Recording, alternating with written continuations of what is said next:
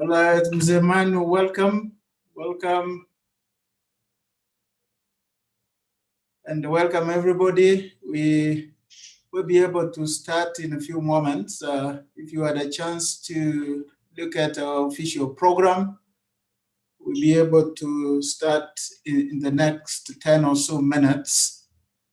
But we are glad to see all of you, and in advance, we want to welcome you in a very special way. We are waiting for a couple of people, and according to our official program, we should be able to begin in the next 10 or so minutes.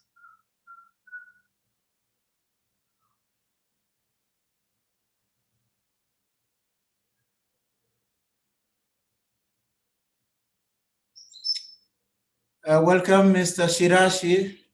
It's good to see you.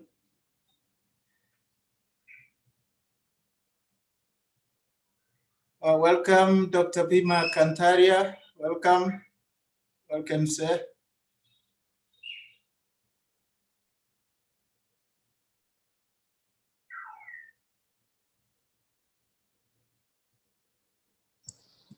Hi, Dr. Mongi. How are you? I'm very well, sir. How are you? It just looks very quiet.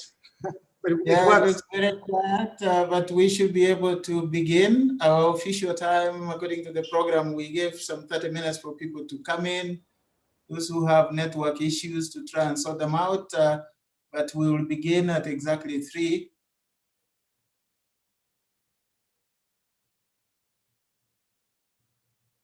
I can see a number of our students also joining in. Welcome, Mark Kamuko.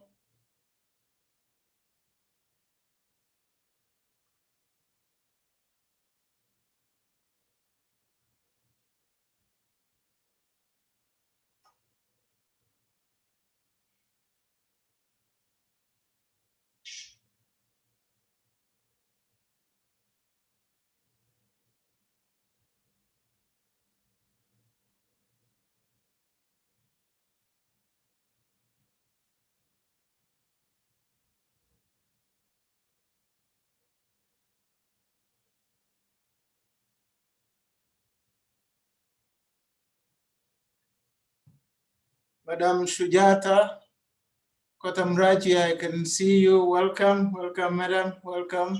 We appreciate to have you here this afternoon.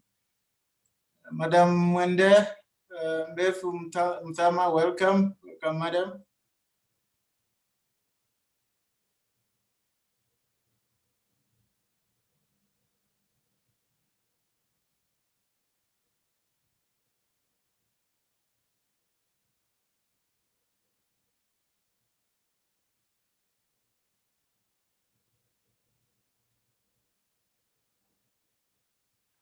Welcome, Navin. Navin Shah, welcome, sir. Welcome. It's good to have you here today.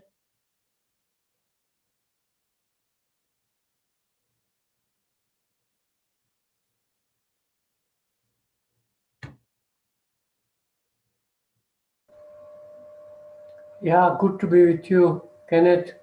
Yeah, thank you. Thank you very much, sir. Thank you.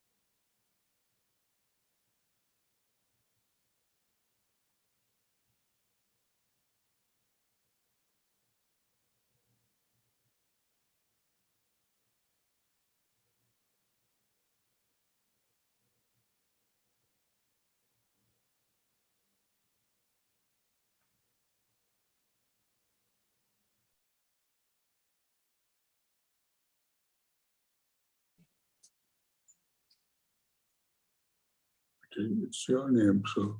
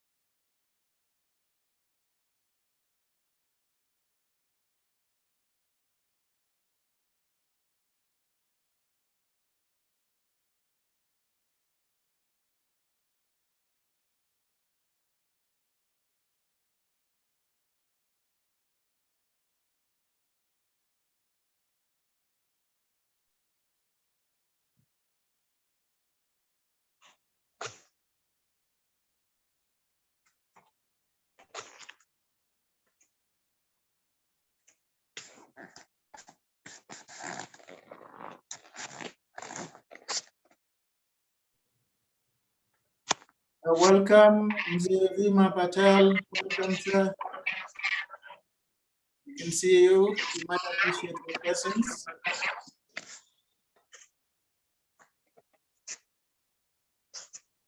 Thank you. I'm going to be here with my father, Mr. Dr. Prakash Patel. Yeah. Thank you.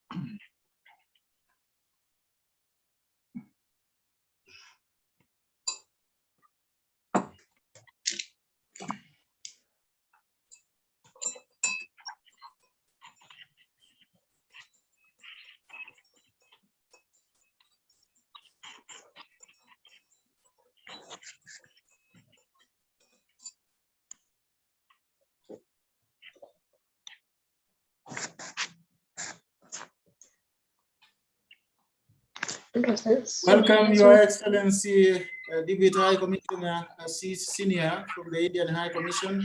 Welcome, sir. Thank you, Dr. Mbongi. Thank you for organizing this, and great to see so many people around. Vimalji, how are you? Sujata Welcome, ji, Mr. Jada. Mr. Jada, welcome all the way from Embu.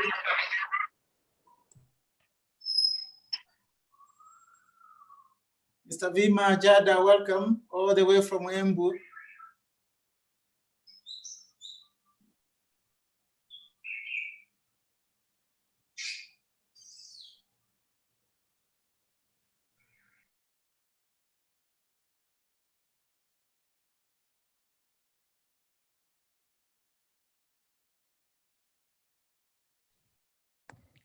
Jambo, everyone. Jambo, jambo, jambo mzee, jambo. Karibu, karibu.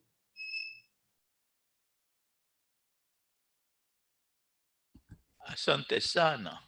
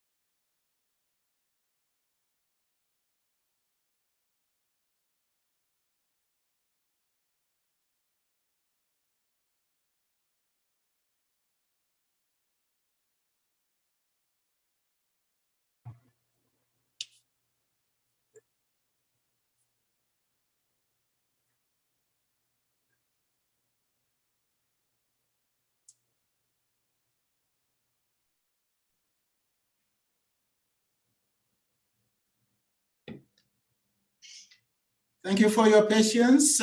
We will begin at exactly 3. We are waiting for 1 or 2 people and then we begin.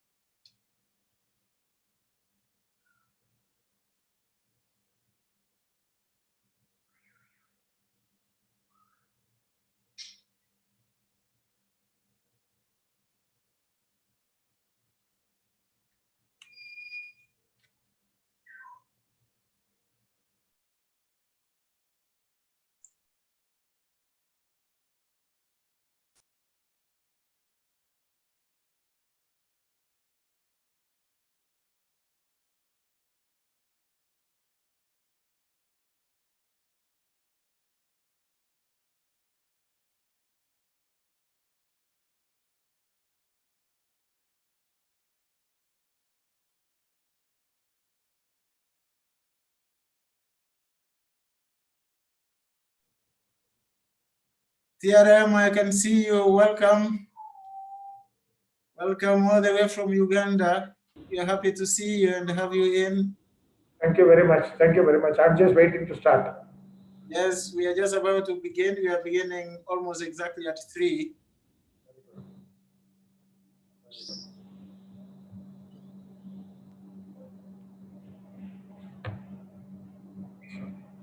Our Vice Chancellor is just about to get in.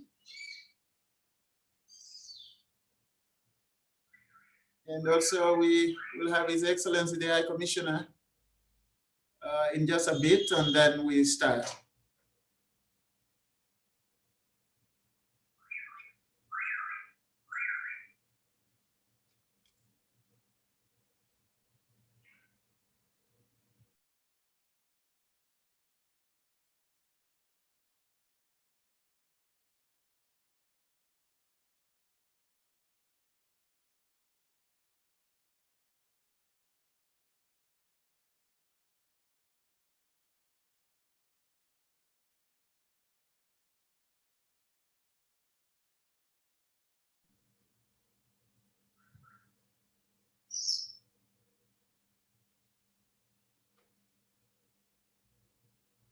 Mr. Sharad Rao, welcome, sir.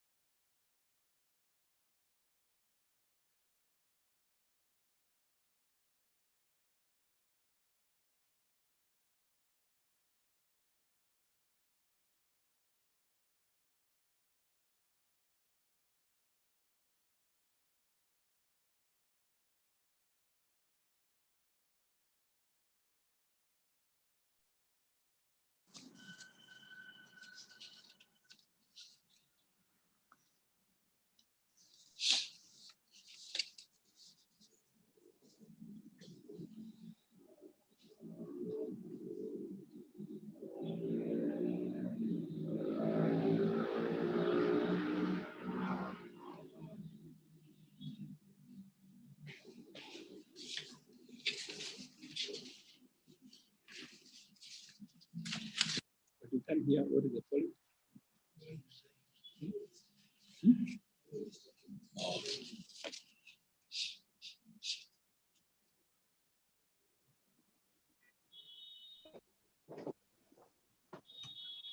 We're just about to begin in a minute. Our VC is just about to log in, and then we start the program. Oh, yes, sir. Okay, thank you, sir. Thank you so much. Thank you.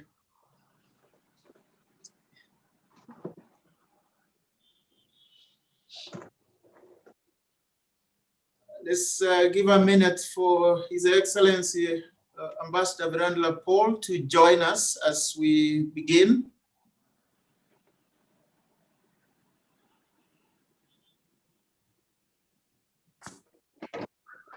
What's happening? Can't hear.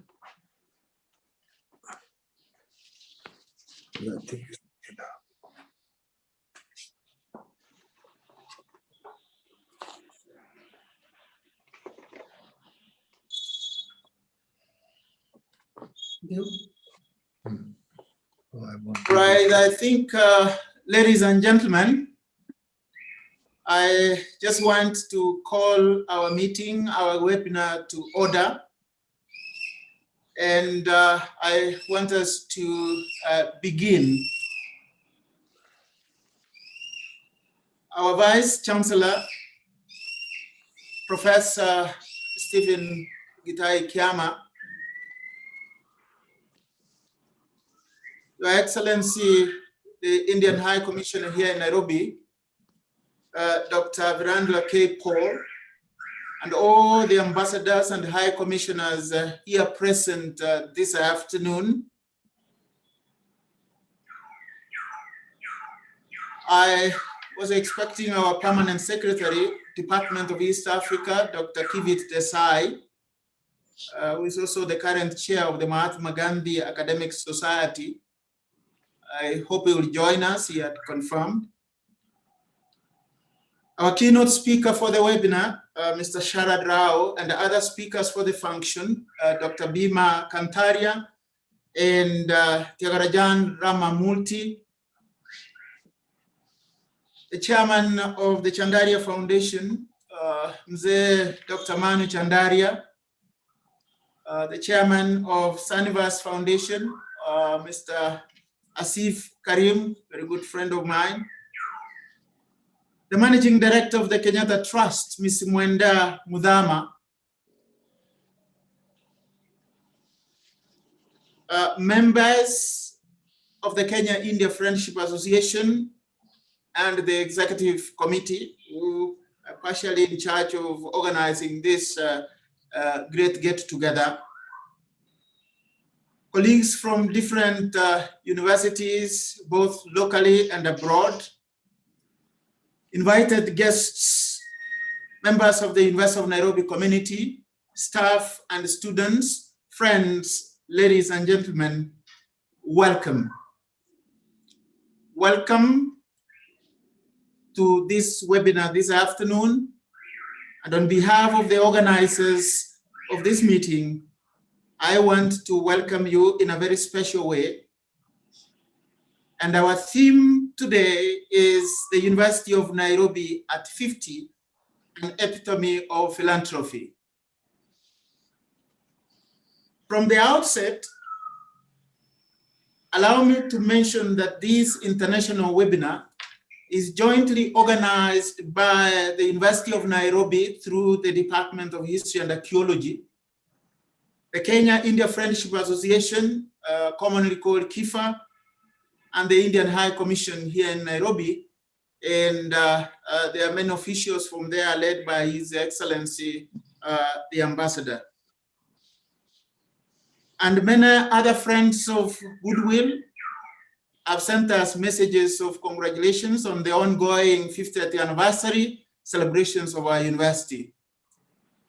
There are many friends who have done so, but let me especially mention Professor John Lonsdale, Professor Emeritus of African History at Trinity College, University of Cambridge, UK, who sent me an email message a moment ago and said he wouldn't be here, but he sent his wishes to the university and everybody else in this 50th anniversary. Friends, I'm quite sure that you will agree with me as a historian when I say that never before in the history of East Africa has an institution been a product of efforts by so many people in so many ways, like the University of Nairobi was in its initial years in the 1950s. The colonial government then, the Asian community, we call them here Indians, international organizations and other governments contributed resources in the construction of what could become the University of Nairobi in 1970, 50 years ago. As part of these continued celebrations of the 50th anniversary, which started last year, we have organized this international webinar to acknowledge and celebrate the members of the Asian community who sacrificially contributed to the development of our institution. Many of these early Asians, a number of them men and women of small means, put their resources together for a good cause. Someone has said working together is success, and indeed it was, if what we see today of the University of Nairobi is anything to go by. So to join us this afternoon, we have invited members of various foundations, individuals, and organizations actively involved in philanthropy and charity works. And I want to acknowledge and mention just very few because we want to move to the next stage of our program. If you allow me, I will mention just but a few. We'll begin with Dr. Man Chandaria, who I guess many of us know, the chairman of the Chandaria Foundation and the chair of the Gandhi Simarakinthi Fund, and also one time chaired the Gandhi Memorial Academic Society for many years. And I'm sure some of our speakers will have a chance to speak more about the philanthropic works that have been done by Dr. Chandaria and his foundation. The second one is Mr. Asif Karim. Asif Karim, I'm sure we all know, those of us who like cricket, comes from a family of sports. Tennis and cricket particularly. He was Kenya's cricket captain for 3 World Cups, which they won. He is the founder of the Safinas Foundation, which primarily promotes sports through the publication of a magazine which has been running for 21 years. And much more recently, in the last 3 years, promoting Kenya International Film Festival. We have Mr. Kiran Sudhar, who is mainly involved on environmental work through the Kenya Organization of Environmental Education. We have in our audience Madam Kotham Raju Sujada, a member of the Satya Sai Baba community, and recently appointed to the Interfaith Council for Monitoring of COVID-19. And she's actively involved in the activities of the Satya Sai Baba philanthropy and charity works. We have my very good friend, Mr. Kamal Gupta, the current chair of the Hindu Council of Kenya, a council that is also involved in many charity works and philanthropy. Also with us, we have Madam Mwenda Mudhama, who is the Chief Executive Officer of the Kenyatta Trust, an education fund whose patron is His Excellency, the President of the Republic of Kenya, that sponsors children from disadvantaged background. I'm associated with this because I'm one of their mentors since 2014. And also we have Professor Mary Getui and Mr. Samson Getui of the Hogg Foundation, a foundation that this family started named after their late son, and it deals with road safety awareness, youth entrepreneurship, and mentorship. And the patron of this foundation is the CS of Interior, Dr. Fred Okengo Matiang'i. I'm one of the directors. I'm associated with this. And finally, we have Dr. Pastor Emmanuel Bellato, who is a citizen of the United States. Currently is the Assistant President of the East and Central Africa Division of the Seventh-day Adventist World Church, which is involved in charity work in about 11 countries.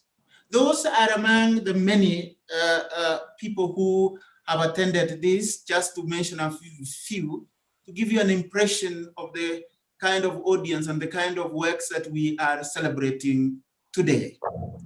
With those few remarks, ladies and gentlemen, it is now my pleasure to welcome the acting principal of the College of Humanities and Social Sciences of the University of Nairobi, Professor Mohamud Jama, who will make his remarks, and thereafter kindly welcome our Vice Chancellor, Professor Kiama, to give his address to this esteemed audience. Professor Jama. Thank you very much, Ken. Thank you very much.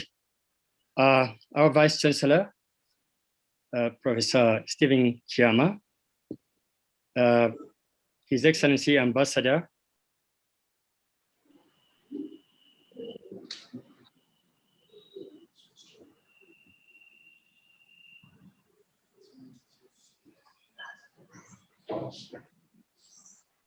Professor, you've gone off. You are muted, Prof. You can unmute yourself. Thank you very much. Somebody muted. Sorry, yeah. So our Vice Chancellor, Professor Stephen Kiama, His Excellency Ambassador of Indian High Commission to Kenya, all ambassadors and high commissioners, our keynote speaker, Mr. Sharad Rao, all the eminent persons mentioned by Ken. I can't go through the list by Ken Ombongi, Dr. Ken Ombongi, distinguished guests, ladies and gentlemen. I am delighted to partake in this webinar, especially as an acting principal of the College of Humanities. We have been blessed to receive a lot from the Indian community in this country. I'll go to that level once I introduce the college and its structures. The College of Humanities and Social Sciences is one of the 6 colleges of the University of Nairobi. Like the other 5, it was established following the presidential visitation team or committee headed by Mr. Geoffrey Karidi, who was the head of the civil servant at that time. And this was in 1985. The college is spread over 6 areas: the main campus, known to many of you, the Museum Hill, where we have the Institute for African Studies, the Parklands campus, where School of Law is hosted, the Lower Kabete campus, which is comprised of School of Business, And we have got also satellite campuses in Kisumu as well as Mombasa. The College of Humanities is the largest of the 6 colleges of the University of Nairobi, and it's made up of 1 faculty, 4 schools, 4 institutes, and 3 centers, with approximately 54% of the population of the students in the same proportion of staff members, both academic and non-academic. The college is one of the largest, the college is one of the largest beneficiaries of the generosity of Asian community in this country. Quite early in the history of the University of Nairobi, when it was the Royal Technical College, the Gandhi Memorial Academy put up the Gandhi Wing at the main campus. With that came the Faculty of Commerce, which was established in 1957.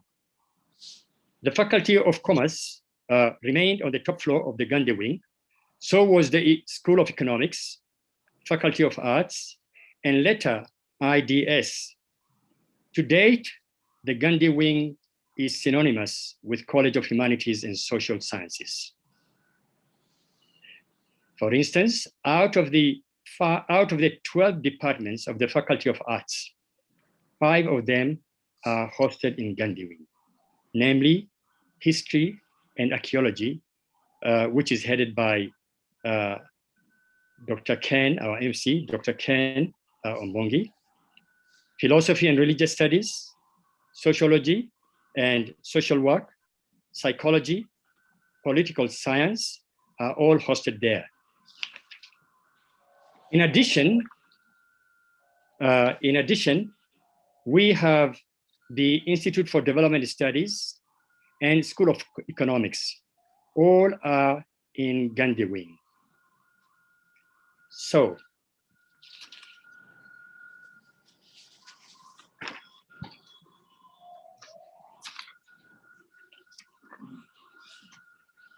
we have, in addition to the Gandhi Memorial Academy, the college is indebted to Hassan Ratansi Memorial Foundation and many others, of course, because we have been the largest recipient of scholarships from the Ratansi Foundation.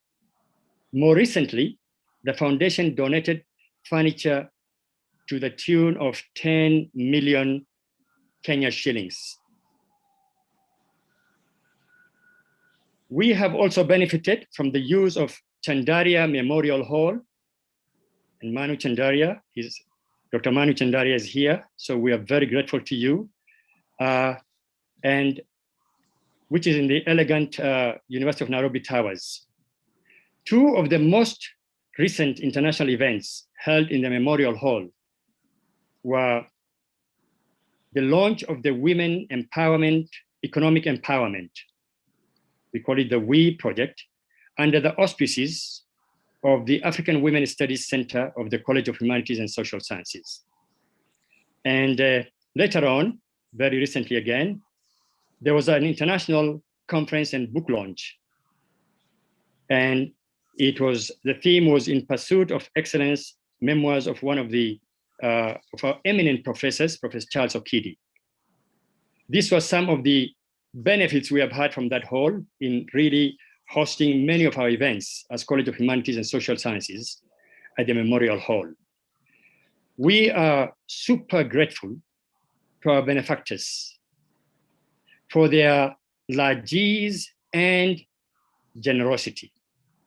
The college is indebted to you all, those who have made the education of this country well into the colonial days, for your contribution to the nurturing and of our students and making Kenya shine through education.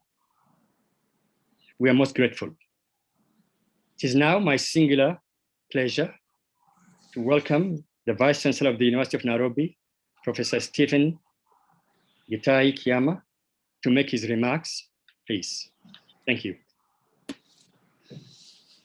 Thank you.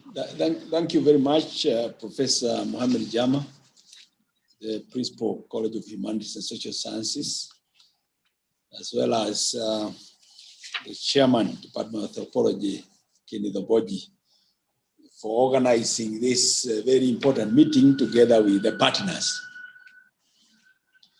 I want to acknowledge from the onset all the dignitaries that have attended this meeting. I want to note the presence of the Indian High Commissioner, His Excellency Dr. Philanda Paul, the Permanent Secretary, Department of East Africa, Kevin Desai. I want to acknowledge the keynote speaker for this webinar, Mr. Sharad Rao, and the other speakers who will be sharing with us this afternoon, Dr. Bhima Kantaria and Mr. Diagarajan Lamamuthi. The chairman of the Chadaria Foundation, Dr. Manu Chadaria, who has worked very closely with the University of Nairobi. The chairman, Sanifas Foundation, Ms. Asif Karim, the managing director of Kenyatta Trusts, MS Mwende Muthama, members of the Kenyan Indian Friendship Association and the executive committee, all the invited guests, and as well as the members of the University of Nairobi community, all staff and students attending this meeting, ladies and gentlemen, I welcome you for this webinar, to this webinar. We have convened here using the new way, the new normal, virtual, to carry out some reflections, historical reflections on our foundations on philanthropy as a university. We look back to acknowledge and remember with a lot of good memories, very, very fondly, the men and women of the Asian descent who, through sweat and blood, laid the firm foundation of what would become the University of Nairobi much later in 1970, but they started off this very, very early in 1940s. We are celebrating 50 years of our existence. And we shall, as a university, continue to appreciate the heroes and the heroines whose visionary resolve and sacrifices created this jewel and the pioneer university in Kenya. As a university, the University of Nairobi, we are truly a confirmation that giving for a cause, like those members of the Asian community did, is seeing the bigger picture that embraces and addresses the future problems. The fact that the University of Nairobi has grown into what we know it today, a world-class institution in this part of the world, is a great honor to those who converged and put their time and resources at those early beginnings. They left an indelible mark in the history of our great institution and our country, Kenya.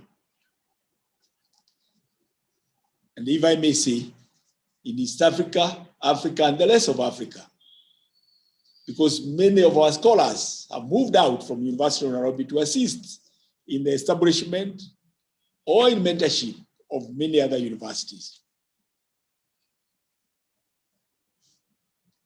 Every time as a university community, we approach the majestic Mahatma Gandhi Wing building, the iconic building, Mahatma Gandhi building, at our main campus in this university. It brings very, very great memories of a dedicated and a generous people, and continue to reflect on our minds. This building and the many other features we have here in main campus is a living epitome of the value of philanthropy in our society. I would therefore wish to thank all those great people and members of their families, some of whom may be represented here in this meeting. We acknowledge, we appreciate, and we are proud of them. They are an excellent inspiration in the society, and we celebrate and acknowledge them today. Those members of those families will forever be part of our heritage because they sacrificed and provided for a cause that they cared most about. At a time when multiracial education was rare in the country, their generosity, members, left a lasting impact in this country. Ladies and gentlemen, I don't want to say too much at the moment because I'm aware that the keynote speaker, Mr. Sharad Rao, will tell us much more on this matter. However, I also know that doing such a great work of philanthropy comes with a sense of fulfillment to those who do it. The philanthropists give not because they have more than they need, but because they find it in their hearts that it is a good and honorable thing to do. It brings personal satisfaction to them. They give to create opportunities for the current and the future generations, and particularly to support those who may be in the fringes of economic development. Many a times to people they do not even know. They don't even bother to know them, and they expect nothing in return from them. You are aware that in many religions, it is very clearly put that it is more blessed to give than to receive. I believe that those of us who are here and the rest of us who may not be participating in this meeting can in their own small ways emulate our pioneer philanthropists and continue supporting our researchers and the students at the University of Nairobi to do their best in transforming the society and changing their communities. I, as the Vice Chancellor of this university, I have a dream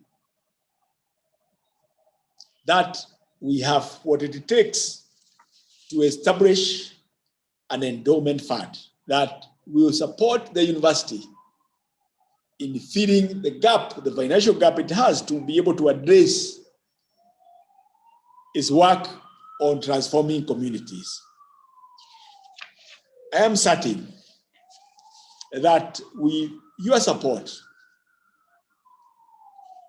that in no distant future, this dream will become a reality. We look at it, the endowment fund, being able to support us in providing regular income, given the current dwindling support from the Exchequer. Needless to emphasize that our continued critical role in education, learning and research clearly will need increased support from the benefactors like yourselves today than ever before. As a university, we are always open.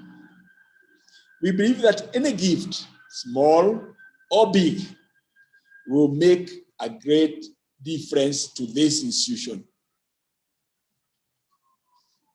At the moment, the university is experiencing gaps in financing strategic infrastructure within our campuses, supporting our needy students, supporting researchers, as well as refreshing our facilities to ensure that they reflect the times that we are living in now. Any support or gift will go a long way in lessening this situation and in sharing this problem together. I wish to state that I hope that the current generation of Kenyans, and indeed all of us, will do whatever it takes to ensure that we leave a legacy by giving to our public institution, to giving to a cause for now and into the future. We have many people, and you have seen it in newspapers, who pass on and leave a lot of wealth, where there are issues on how this wealth will be shared with their families. And sometimes they fight over it, sometimes they squander it. I think it is Carnegie or somebody I read about who said, you die rich, you die disgraced. And I think it is some of those things, when you have accumulated a lot of wealth, then you have not supported any initiative, and then the money is left and people are fighting over it in courts and all that kind of thing. They bring your status, and after you are passed on, they bring it down. So we hope that all of us will take that as our responsibility to ensure that when we pass on, we leave our legacies reigning. If all those who are wealthy in Kenya were to follow the footsteps of those Asian families I mentioned, those forebearers from the Asian community who did the little they can with their resources to secure the future that we have today, our universities and researchers will no doubt make significant contributions in transforming this country, in transforming our communities. Ladies and gentlemen, with those few opening remarks. I welcome you to this webinar at the University of Nairobi, which is organized to reflect on what the university has achieved in the last 50 years through philanthropy, as well as partnerships and linkages. The history of the University of Nairobi, ladies and gentlemen, is a history of partnerships. It can be told through the partnerships and what those networks and partnerships brought on board over time. I want to really thank all of you for attending this webinar, and I look forward to a very, very fruitful discussion. All the best. Asante sana, and God bless you. Thank you very much, sir. I want to kindly request you now to invite His Excellency to speak to us. Thank you very much, Vice Chancellor. Kindly now invite His Excellency, the High Commissioner, to address us. Thank you very much, Dr. Oboji. I want to acknowledge the presence of Dr. Farenda Paul, the High Commissioner of India. And it is my very humble duty to welcome Your Excellency, the High Commissioner of India, Dr. Farenda Paul, to address this gathering. Welcome. Thank you. Mr. Vice Chancellor, Professor Kiama, our keynote speaker, Mr. Sharad Rao, Professor Kenyan Bongi, the chair of the Kenya-India Friendship Association, Professor Mahmood Jama, Mr. Tyagarajan Ramamurthy, Dr. Bimal Kantaria, all our friends associated with this event, and all those who are present in this virtual room participating in this very unique and forward-looking virtual meeting, jointly organized by the University of Nairobi, the Kenya-India Friendship Association, and the Indian High Commission in Nairobi. I'm particularly glad that we have today an excellent lineup of speakers. We have Mr. Sharad Rao, Mr. Ramamurthy, Mr. Bimal Kantaria, and I'm sure that after the series of presentations, we are going to have a very engaging and enthusiastic question and answer session as well. Our speakers today would be telling us the main story, that is the theme of this get-together today. And there is a great story to be told. And this is a story that needs to be told again and again. And I'm delighted to be part of this event. On the specific theme of today's event, I think our experts will be going much deeper and elaborating on various aspects, various facets of the main topic. But I propose to very briefly touch upon the bilateral relations between India and Kenya. And it's widely known that in the history of development of India-Kenya relations, the Indian origin community has also played a very important and a very visible role. To begin with, I would like to say that in my career in the Indian Foreign Service, I have been posted to several countries, including those with large Indian diaspora. But it would not be an exaggeration on my part if I said that the Indian origin community in Kenya is quite extraordinary and different in many ways. And the most striking fact is that the history of Indians and their arrival in East Africa is at many layers, at many levels, quite intertwined with the history of Kenya itself. The keynote speaker today whom I consider a leading light in the Kenyan community of Indian heritage, Mr. Sharad Rao. He's an expert on the subject who has deep insights, having benefited from living through the history of independent Kenya. And we would keenly look forward to hearing from him when he takes the floor as the keynote speaker.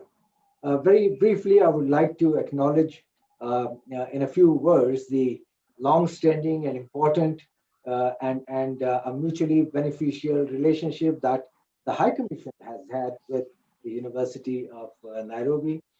The university owes its origin to several developments, one of which was when in the early 50s, the Asian community of East Africa was planning to build a College of Arts, Science and Commerce as a living memorial to Mahatma Gandhi. The statue of Mahatma Gandhi was unveiled at the university in 1956. The connection between Mahatma Gandhi and the university is among the early bonds of partnership between our two great countries. Fast forward in time, passing through a few more stages and forms, the University of Nairobi came into being in 1970. I would like to also mention that during the state visit to Kenya by our Prime Minister in July 2016, he delivered a special lecture to a large gathering of students and faculty at the university. And at that gathering, India announced a grant of $1 million for the refurbishment of the Mahatma Gandhi Graduate Library. You would all remember that in his speech, Prime Minister Modi said that the motto of the university, that is, work hard and in unity, the fruits of the labor will be all yours. And as you march towards your destiny, you will find India a trusted and reliable partner. I think the whole expression of the goodwill that India has for this country, and in particular in association with the University of Nairobi, it is contained in these two lines. Further, an MOU was signed for the renovation of the Mahatma Gandhi Graduate Library in October 2016. And we are very happy that the renovation work is complete and the whole setup is now awaiting formal inauguration. We have also had MOU on establishment of an ICCR chair on Indian studies between the Indian Council of Cultural Relations and the university. That was signed in March 2015. There was a good beginning, and we have to accelerate the process of making that initiative more purposeful as we go along.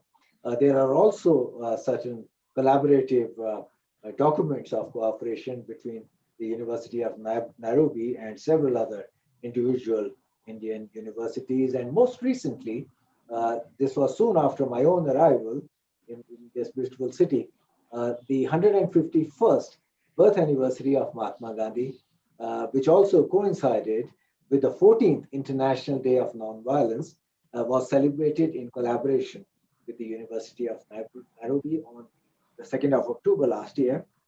And it was deeply satisfying for us in the High Commission and for me personally, because it was within a week of my arrival that both the Chancellor and the Vice Chancellor participated in the events relating to that anniversary, and I'm deeply grateful for their participation and their presence.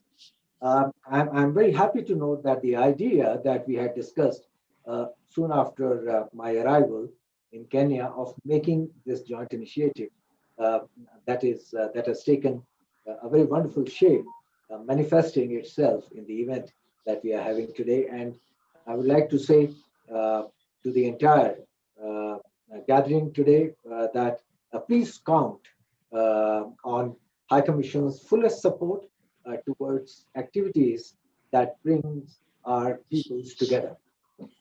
Now, on the bilateral side, very briefly, I would like to cover a few points, mainly focusing on what has happened in recent years.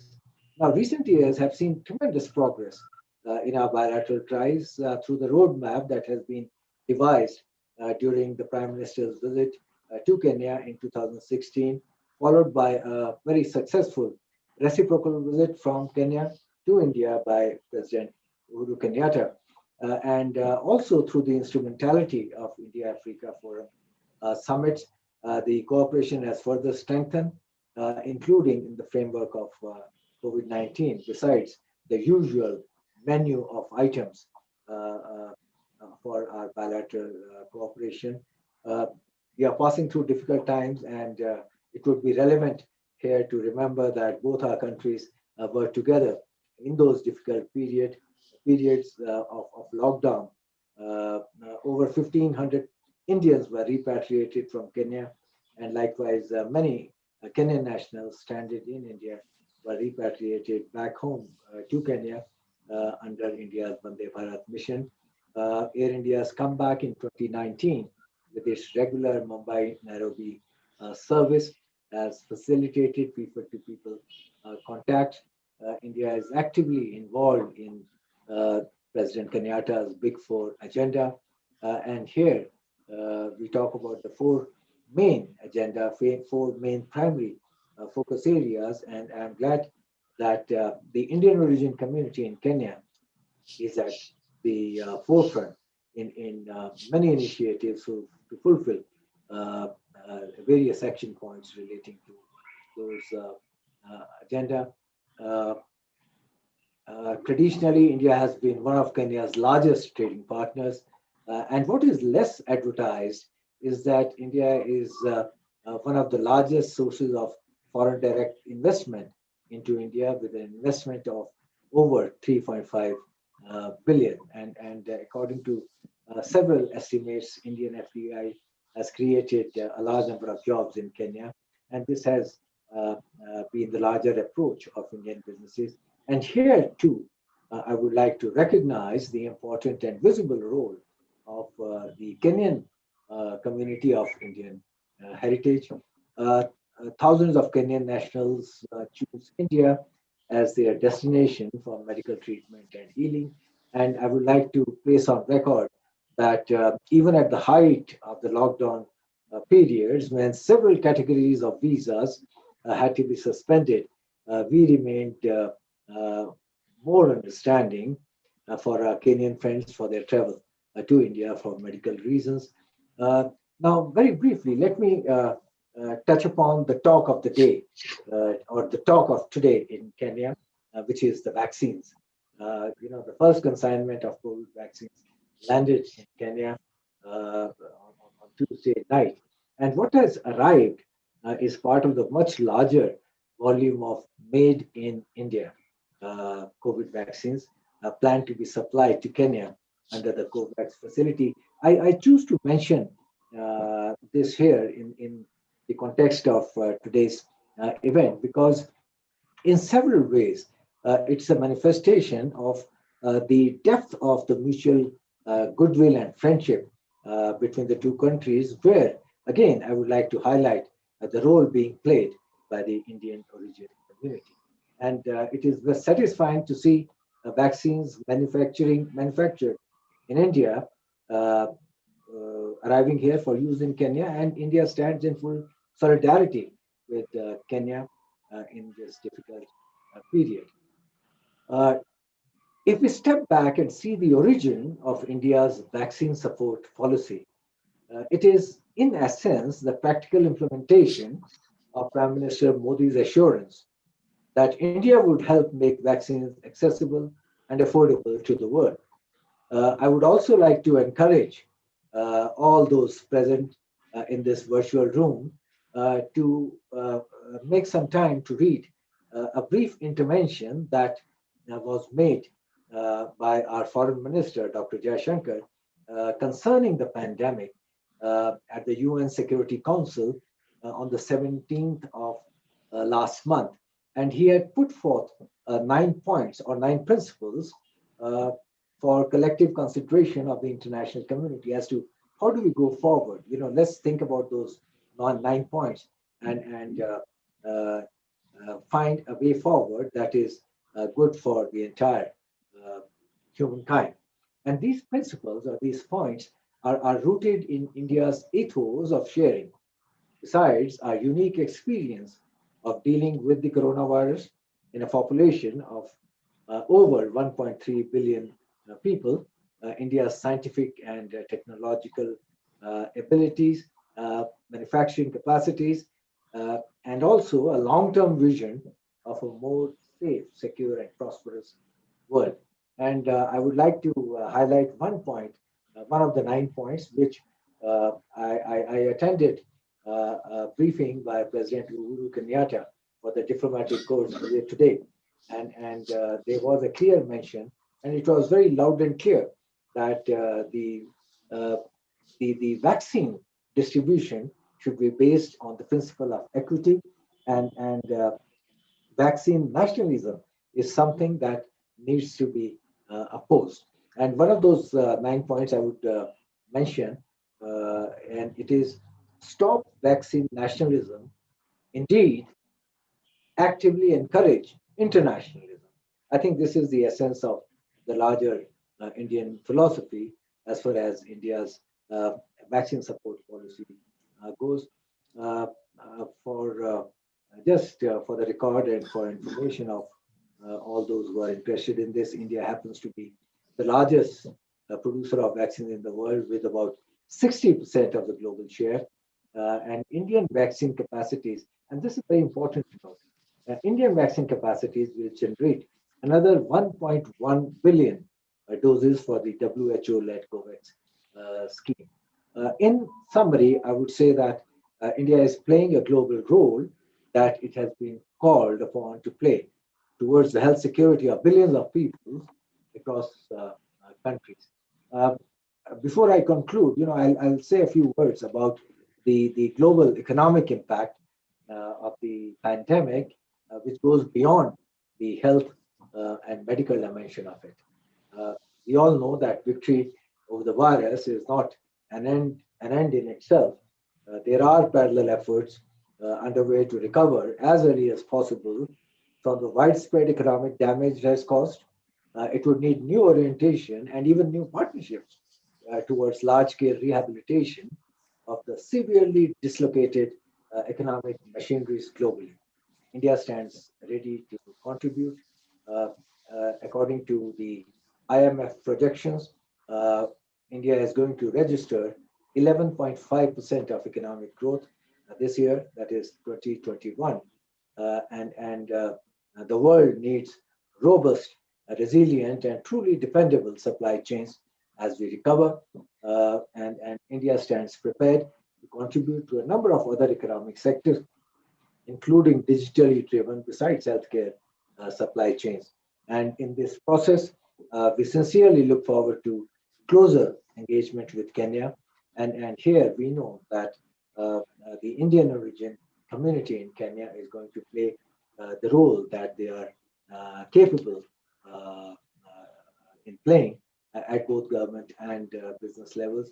And let me, before I conclude, once again say that it is most delightful to be part of this very well-organized event, to be with people like you who continue to cherish, value, and celebrate the Indian origin community and their role in the history of Kenya and their contemporary role and contribution to the Kenyan society and economy. It is particularly exciting to see how Indian diaspora has so very passionately preserved and promoted their native Indian languages, festivals, customs, traditions, and their overall way of life in Kenya.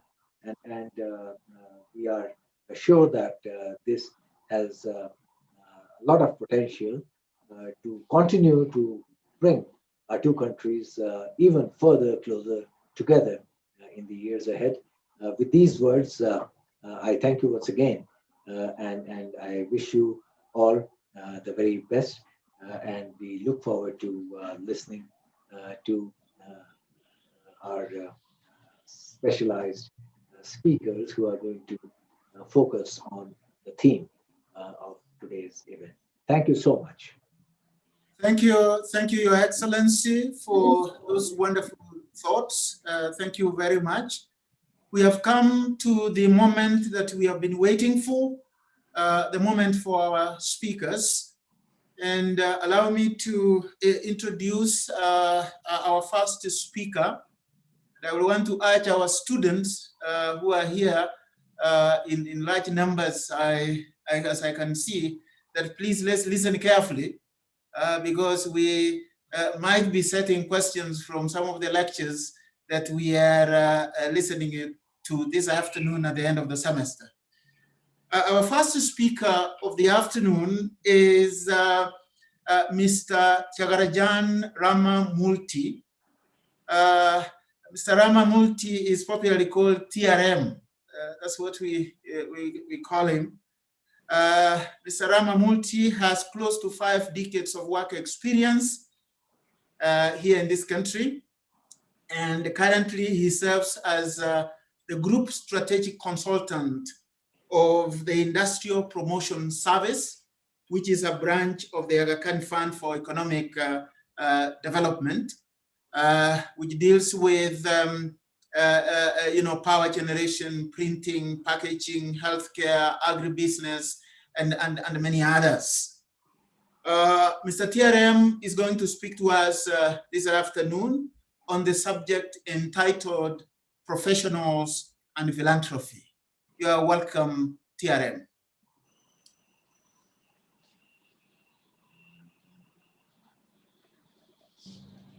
Of Nairobi University and the entire fraternity, Your Excellency, the High Commissioner of India to Kenya, Mr. Kavit Desai, Manubai, Mr. Sharad Rao, all other diplomats, excellencies, Mr. Bimal Kancharia, all dignitaries present and all participants, all protocols observed.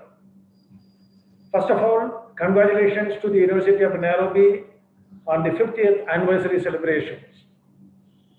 It is a day to remember and recognize the contributions of people, the institutions, a community, and the government who made the university of what it is today. It is a befitting moment for openly speaking about all of them. While expressing my gratitude to all of them, I wish to share my sentiments and my views on philanthropy. I believe a professional is also a philanthropist. Any act with a humanitarian approach is philanthropy. Anything for a long-term benefit to the society is philanthropy. Anything which can bring about a change and is sustainable are real contributions. You can define this as a way of life and everyone can fit into it. As a professional, I believe any initiative which adds value to the lives of the people is great. Sharing of knowledge, building skill, mentorship, creating employment, or real contributions to the people. Leading by example and bringing about a cultural change in an organization and building an organization with talented people is also a great effort. Helping the growth and creating a conducive environment to bring about a feel of security and comfort for the people working and building a profitable business and growing quantum leap do help all stakeholders. Every professional has an obligation to do an ethical business. As a member of the society, he can find gaps and needs and address the way possible. Cultural, social, and religious activities bring unity among the people. One can be a fulcrum in the community to do whatever needs arise and seek assistance from all possible quarters. You do not need all the time money to do philanthropy. It is the passion, the will, and the urge which matter. I had some God-given opportunities to do something to my satisfaction in my life. I have been living in Kenya for 3 decades. On the health care, many patients were sent to India at Chennai for treatment in the last 3 decades of my stay in Kenya. To mention a few, something very, very touching to the heart. A newborn child of 15 days old with a hole in the heart. I took the child to Madras Medical Mission Hospital in Chennai and got the surgery done. The child is 12 years old now, doing well in the school. A 65-year-old gentleman from Kisumu, an acute diabetic, had a serious wound in the ankle, unable to walk. I took him to Apollo Hospital in Chennai and got the plastic surgery done. He is perfectly walking today. On the mentoring aspect, I am pleased to share a couple of my students are the directors and owners of a leading supermarket chains in Kenya. You can take a Tumaini supermarket, Quick Mart. Many are women, girls who have become great professionals in the multinational outfits, and a few are successful entrepreneurs as well today.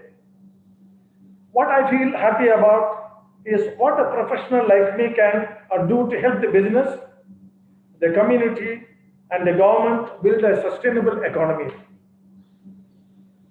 I would like to thank the people responsible for my participation today, especially the convener and the High Commissioner of India. Grateful for the opportunity to share my sentiments and a little bit of my contribution as a professional, what I have done in this country, and which is my passion, my will, and I've got the energy to do a lot of things.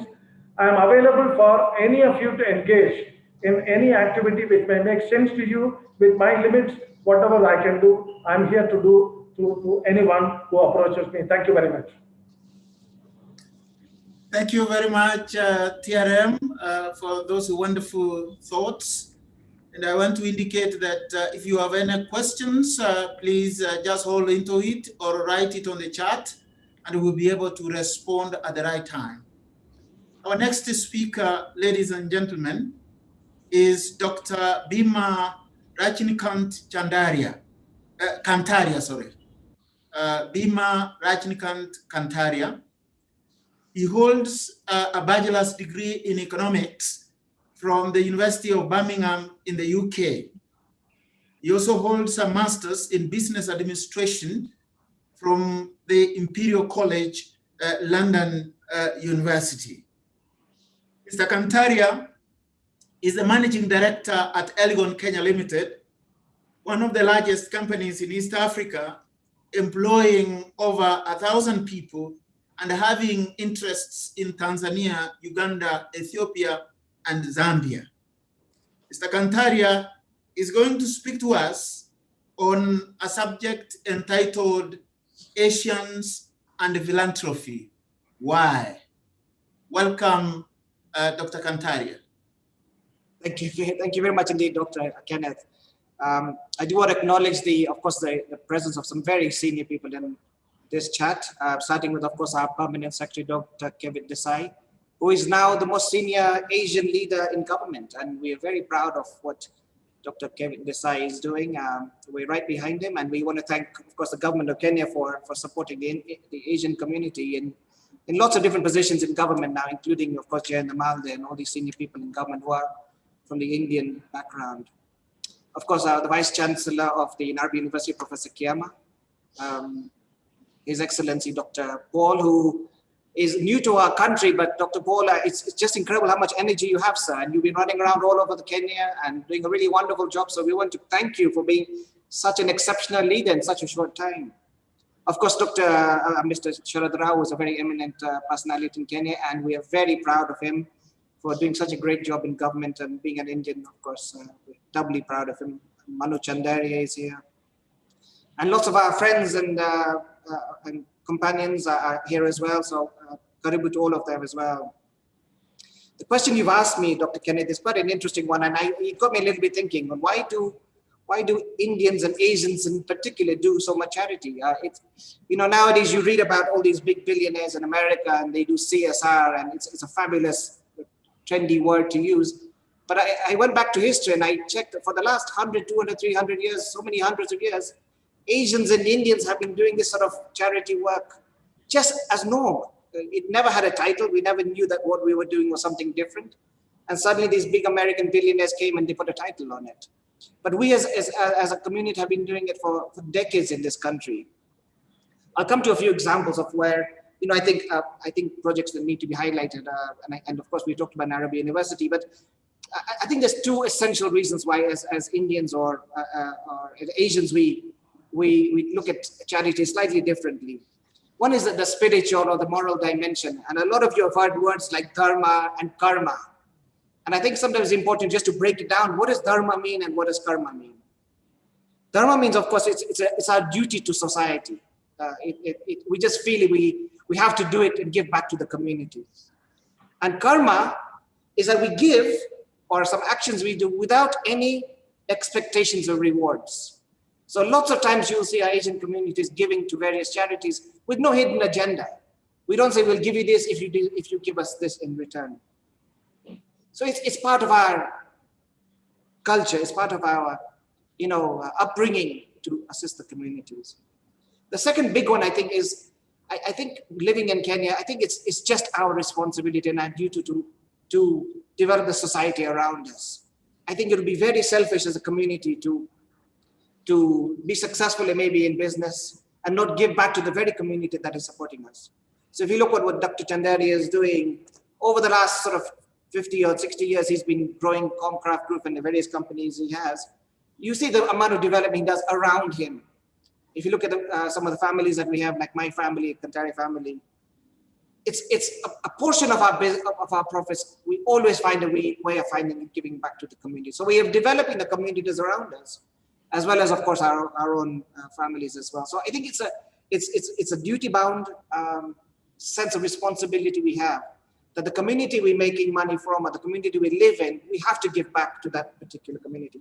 And that is not only in Kenya. If you go to the UK or you go to Canada and you see the Sikh community, what they do with food distribution and everywhere, it just seems to be a genetic disposition in the Indian or the Asian community to give back wherever we are. And if you look, for instance, in Kenya, during the COVID period of the last 12 months, most of the Asian communities, none of them laid off staff.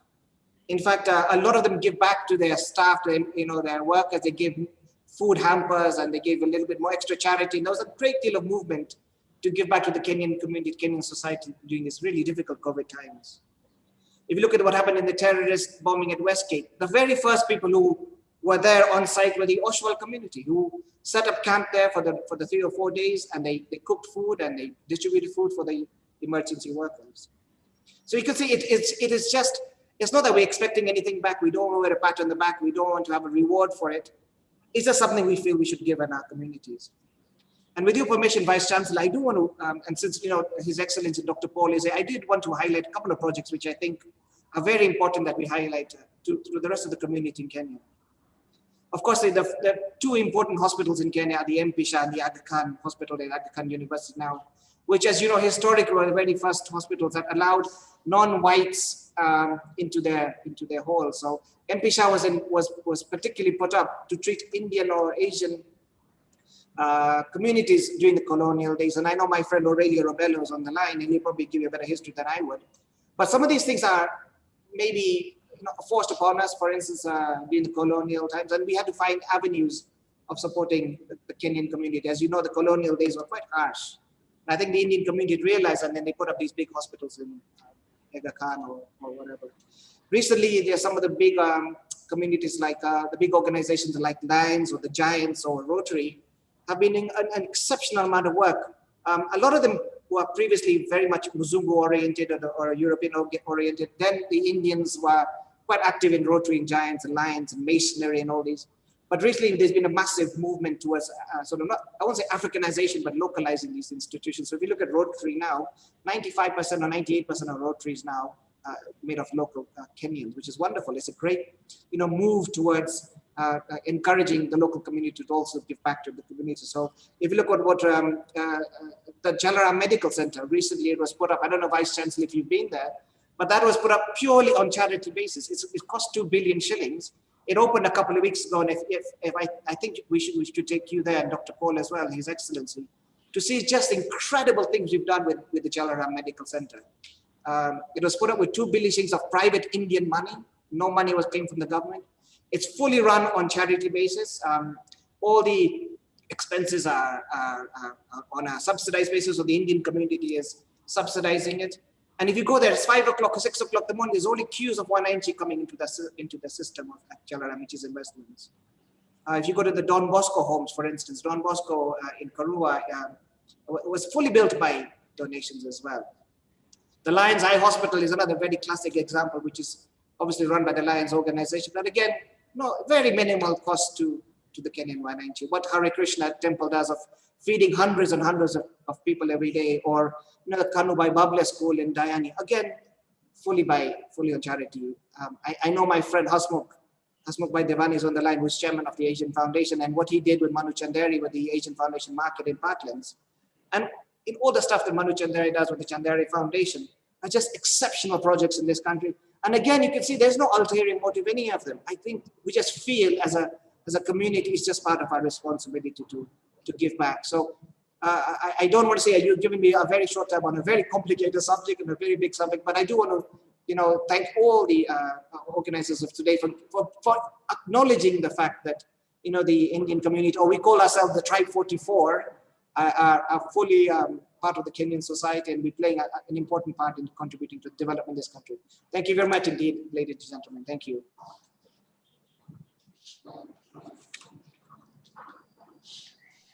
Thank you very much, Dr. Kantaria.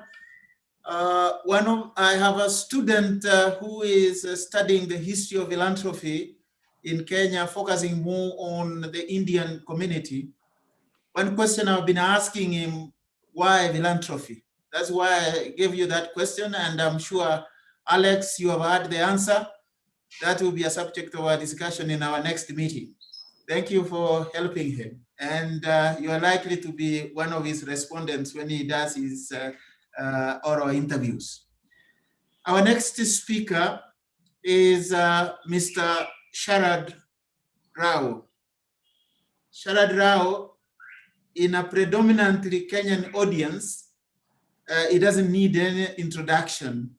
But because we have our international friends here, allow me to say that he is a barrister at law of Lincoln's Inn, London, and he was called to the bar on the 16th of June, 1959, and he is an advocate of the High Court of Kenya since the 6th of July, 1960. Mr. Rao was in private practice in Kenya from 1960 to 70, during which he acted in several major and wide-ranging criminal and civil cases, including several cases on the basis against Kanu nationalists involved in the freedom struggle, and several court-martial in which he acted as judge advocate, prosecuting and defense counsel. He joined the Kenya government service in 1970 as an assistant director of public prosecution, and was appointed director of public prosecutions in 1980 and served in that capacity until 1984. He has also served on occasions as acting attorney general and represented the state in all major criminal and some civil cases, including the first ever treason trial in Kenya. Mr. Rao is a honorary life vice president of the Commonwealth Games Federation, and is on the panel of the Court of Arbitration for Sport, and has served on international panel of judges at the Olympic Games in Athens in 2004, Beijing 2008, and the Olympic Games in London in 2012. Recently, he was awarded by His Excellency President Uhuru Kenyatta the prestigious Presidential Award, EBS, Elder of the Burning Spear, for his outstanding and distinguished services to the nation. Today, ladies and gentlemen, Mr. Rao is going to speak to us on the subject of the day, the University of Nairobi at 50, an epitome of philanthropy. Raoji, karibu.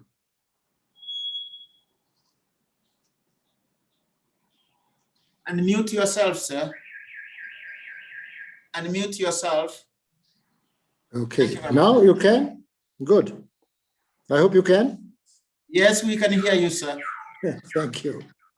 Your Excellencies, ladies and gentlemen, let me begin by congratulating the University of Nairobi through the Vice Chancellor, who is online on this seminar to mark the university's 50th anniversary. Let me also take this opportunity to thank Dr. Kenneth Obongi, the chair of the Kenya-India Friendship Association, and through him, the Department of History and Archeology of the University of Nairobi, the Kenya-India Friendship Association for organizing this webinar, and with the strong support from the High Commissioner of India, His Excellency Dr. Virendra Kumar Paul. I followed with great interest the comments by the Vice Chancellor, by Professor Muhammad Jama, His Excellency the High Commissioner for India, Mr. Bimal Kantaria, and Mr. Ramamurthy. I wish to acknowledge the presence, particularly of His Excellency the Russian Ambassador, who has spent a lot of time in India and follows our activities with great interest.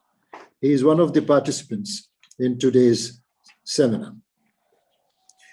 The University of Nairobi, which is ranked among leading universities in Africa, has come a long way from the time when education of the African was provided only by Christian missionaries.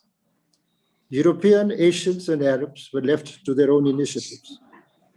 The Goans, however, who were mainly Catholics, were also looked after by Christian missionaries. During the colonial period, which some of us lived through, schools were segregated among several other institutions, such as hotels, restaurants, clubs, etc.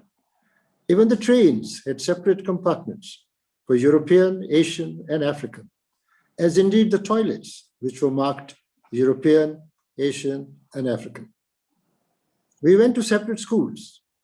European children went to the Prince of Wales School, now Nairobi School, on the Waiyaki Way. Asian children went to the government Indian school in Nagara, which was later named the Duke of Gloucester School and is now known as the Jamhuri High School. Africans went to the Alliance High School, and the majority of today's African leaders were educated at Alliance High School and the Asians at the Duke of Gloucester School. And Ismaili, John Karmali, a pharmacist, who was married to a European, challenged the color bar by pioneering the building of the first multiracial school in Nairobi. Karmali's wife, Joan, said that theirs was the first mixed marriage in what she called the mini South Africa, which Kenya was in those days. She and her husband could not go to the same clubs or eat at the same restaurants, and the Karmali children could not enroll in schools which were restricted to white children. With 5 other Asian parents, the Karmalis, with encouragement from Upper Pant, who was India's first Commissioner General at the time, the then Governor, Sir Philip Mitchell, and European moderates, such as Sir Charles Mortimer, a member for Lands and Settlement, and Sir Ernest Vesey, member for Education, with whom the Karmalis interacted socially, they founded in 1950 the Hospital Hill School, which was open to all races.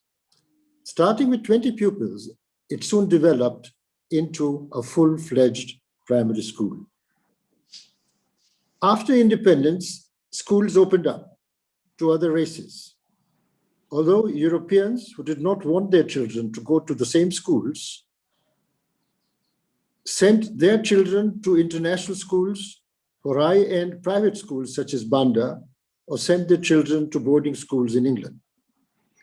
To take care of the lack of educational facilities for their children, especially girls, the various Asian communities set up through individual donations schools for them. The grandfather of the present Aga Khan laid great stress on the education of girls and helped set up the Aga Khan Girls' School, a school for girls. And he had said, if he had two children, a boy and a girl, and could afford to educate only one of them, he would educate the girl, because by educating the girl, she would educate a family. One Devshi Mepa Shah financed an Asian school in Thika. Meghji Rupshi Shah financed an Asian school in Nyeri. One Premchand Raichand Shah assisted Jomo Kenyatta in establishing a technical training college, and Dr. Ribeiro financed the Dr. Ribeiro Goan School. Lalchand Mulchand and brothers donated handsomely towards what is called the Sanatan Dharma schools. And between 1951 and 1972, the Shahs established 8 schools in Nairobi. Nanji Kalidas Mehta donated the piece of land on which stands the Arya Samaj Girls' School, established by members of the Arya Samaj community. The Alidina Vishwaram School, which opened in 1923, was funded by Abdul Rasul Vishram in memory of his father. It became one of the prominent schools in Mombasa. The school enrolled 400 pupils in the first year of its setting up and is playing an important role in the advancement of education in Mombasa and the country generally. Although set up to serve their own communities, these schools opened up to students of all races well before Kenya became independent. As early as the 1950s, India, at the instance of Upper Pant, the Indian Commissioner General, who had sent the first batch of African students to study in India. Although we have been told about Tom Mboya's famous airlift of students to the United States, India's airlift through Upper Pant was earlier and more diverse. Several members of the Asian community made personal donation towards supporting scholarships for African students. MP Shah, after whom is named the MP Shah Hospital, for instance, offered 5 scholarships annually for mechanical and electrical engineering. Hemraj Nathu Shah offered a 4-year scholarship in agriculture. Lakhamshi Shah sponsored 20 African students, among them Mareka Gechaga, who, when working as a clerk for a European doctor, had care for Shah's wife. He supported Gechaga for his law studies in the United Kingdom. Gechaga, as you know, became a barrister, and after a short time in private practice, became chairman of the British American Tobacco Company. Muhammad Ali Ratansi, the father-in-law of Viju Ratansi, set up in 1956 the Ratansi Education Trust that the Vice Chancellor spoke about. The Chandaria Foundation has supported, among others, the Chandaria School of Business at the United States International University, the Chandaria Center for Performing Arts at the University of Nairobi, as well as giving scholarships for 100 students annually over the last 30 years, and 30 students for medium and small projects. These projects on average range from 50 million shillings to 100 million shillings. Recognizing their role and that of the Ratansi Education Trust, the university conferred honorary doctorates on Manu Chandaria and Hassan Ratansi. Naushad Merali set up, with his wife, the Zarina Naushad Merali Foundation. It supports 100 students at Staraya School. And not so long ago, while supporting the First Lady's Margaret Kenyatta's Beyond Zero campaign towards the purchase of the one fully equipped mobile clinic, they financed the setting up of a school in Sotik. Inder Singh Gill supported a number of students to study abroad through the Inder Singh Gill Foundation. And that included, that Dr. Kenneth Obongi would know, that they funded him during his 2 years at the Jawaharlal University in New Delhi. The colonial government did not want Africans to be trained in academic subjects.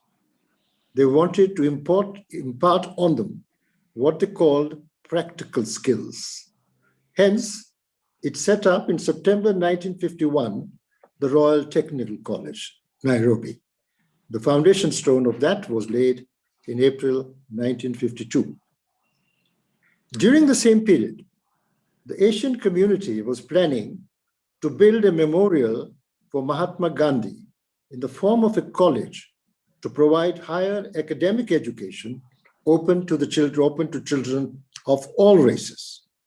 One Dr. Yajinik came from India for the sole purpose of raising money for the Gandhi Memorial College. A number of prominent Indians contributed towards the building of the principal building and the men and women's residence halls. The total amount collected in those days, before 1956, was to the tune of 500,000 pounds, which included 107,000 pounds from the Colonial Office. A fund called the Gandhi Samarak Nidhi, based in India, donated an equivalent of 98,000 pounds. And a plaque within the campus building acknowledges the names of those principal donors. At the time, I was working on a lowly paid job with Kenya Shell on a salary of Kenya shillings 375. And I contributed half of it to the Gandhi Memorial Fund. The trustees of the Memorial Fund requested the government for a free grant of about 150 acres. This was agreed to by the then governor, Sir Philip Mitchell. However, the government was reluctant to support such an institution and did not live up to its promise. And the trustees, albeit reluctantly, decided to partner with the government and merge the proposed college with the Royal Technical College, an offer which the government accepted with open arms. And in April 1954, the Gandhi Memorial Academy was incorporated into the Royal Technical College, Nairobi, which was later named the Royal College Incorporating Gandhi Memorial Academy. Because of the Asian community's involvement in the building of the college, Dr. Sarvapalli Radhakrishnan, the then Vice President of India, was invited to open the Gandhi Memorial Wing of the Royal Technical College on the 12th of July, 1956. Speaking on the occasion, the then governor, Sir Evelyn Baring, related Dr. Radhakrishnan's distinguished academic career in India and in the United Kingdom as a fellow of All Souls College, the University of Oxford, and as an internationally recognized philosopher. As a token of appreciation, one of the halls of residence was named after him, and a painting of him in oil was put up in the library. A fountain was also erected in the grounds of the main campus, I believe in honor of Dr. Yajinik. Dr. Yajinik died in 1956. Few of those listening to this event would probably know that the Gandhi Wing, which houses a statue of Mahatma Gandhi, was so named by no less a person than Mwalimu Julius Nyerere, who was the first Chancellor of the University of East Africa. It may not be out of place for me to point out that apart from their support for educational institutions in the country, the Asian community has also played a significant role, as mentioned by Bimal Kantaria, in the health sector. The latter came at a very crucial time when hospitals other than the Kenyatta Hospital, then called the King's African Rifles Hospital, and later the King George V Hospital, did not admit Asian or African patients. The Platinum Jubilee Hospital, built in Nairobi in 1958, was the first non-racial hospital in Kenya. The hospital, as you know, is the most modern and one of the best equipped hospitals in Nairobi, and also houses a university. It has over 45 outreach centers located across the country. The latest development includes the newly built Heart and Cancer Treatment Center, which is Nairobi's regional healthcare asset. The Aga Khan Hospital in Mombasa and the Aga Khan Hospital in Kisumu, the Medi Plaza Hospital in Eldoret, now also in Nairobi, funded by the Asian Member of Parliament, Dr. Swarup Mishra, are amongst the leading hospitals in their respective counties. The MP Shah Hospital is the second only to the Aga Khan Hospital, and except for a brief initial stage, is open to all races. The hospital opened in 1958 and was named after Saldania, a Goan benefactor, and a wing was named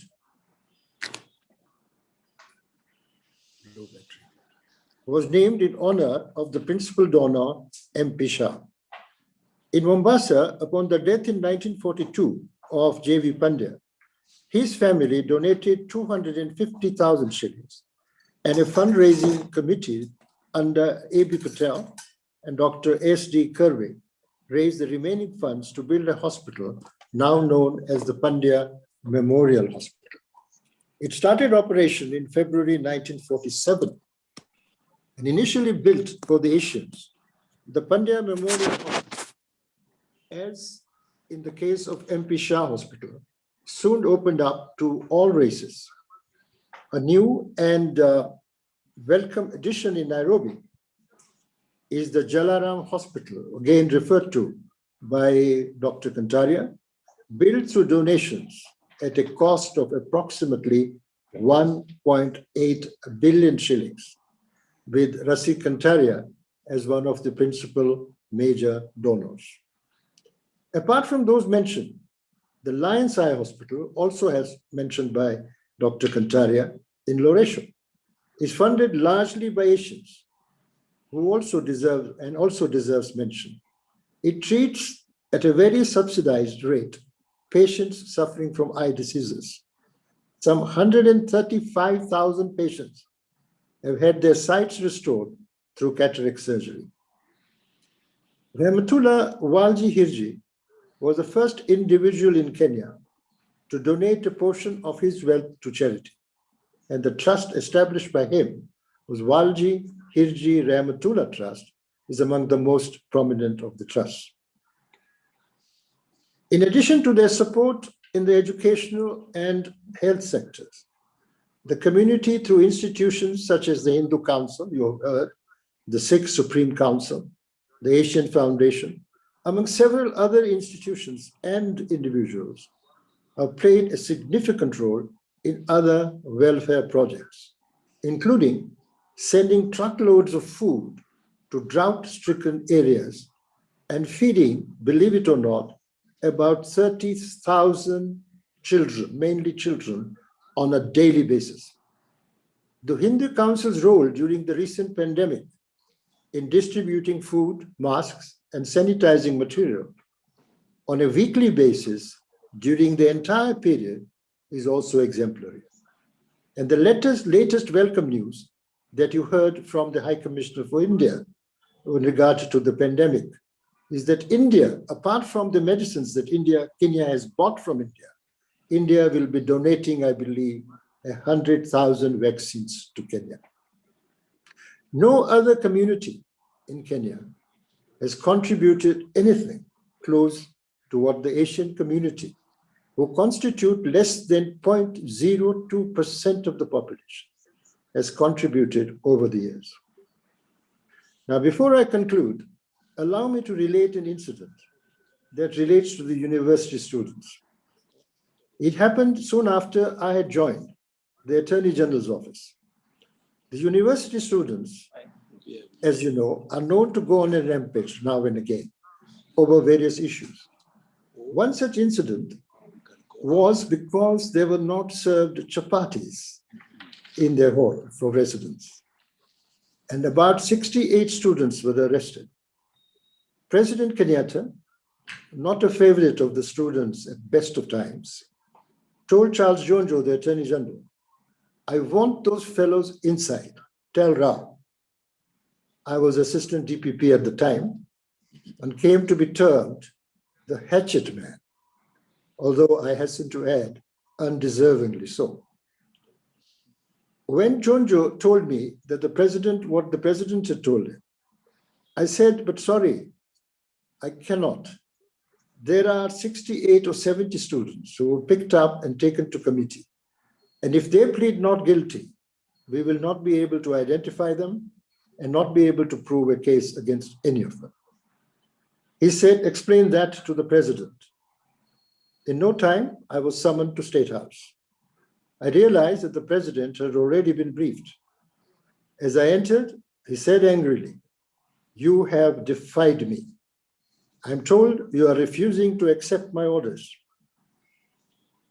I replied, Your Excellency, please let me explain. He continued looking at me through those powerful eyes enough to freeze anyone. I said, but before I do that, Mr. President, can I suggest something? I said, let me take them to court, Your Excellency as Your Excellency wants me to. But when I stand up in court, can I suggest you order me to release them? The president was known to be very quick on the uptake. His face lit up at this suggestion. He said, I will announce the release on TV, and I want to see them walking out of committee at 12 noon. You understand? I looked at my watch. It was 20 minutes to 12. He thundered, I've agreed to whatever you have suggested. Now you do as I have ordered you. And I want those students walking out of committee prison at 12 noon.